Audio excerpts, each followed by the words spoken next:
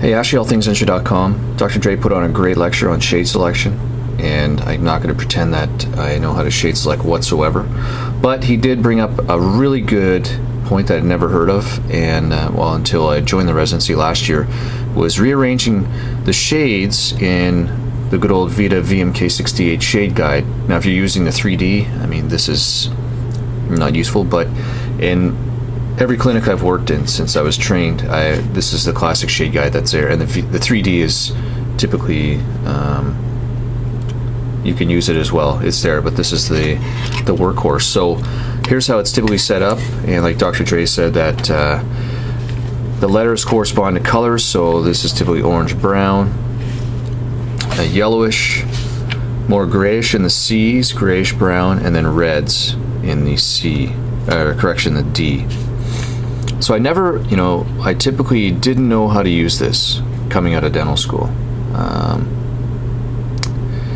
And I would look at the shades and stick with A1, A2, A3. And then I would see folks using B2 and C3, and I didn't really understand how.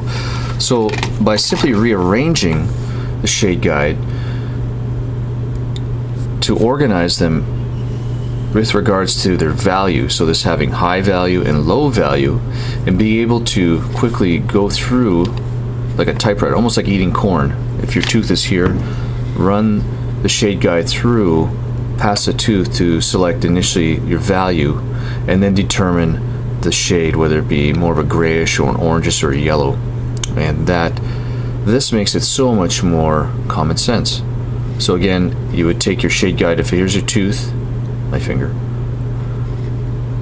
quickly run it by and select the value, because that's the most important, and then say, well, right around the C1 area, now are we going to be more orange brownish, or are we going to be more gray, or more in the grays, or are we going to have more reddish, as you can see here.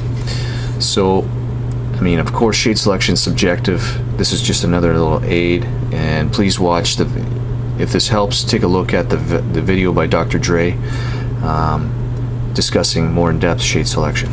Cheers.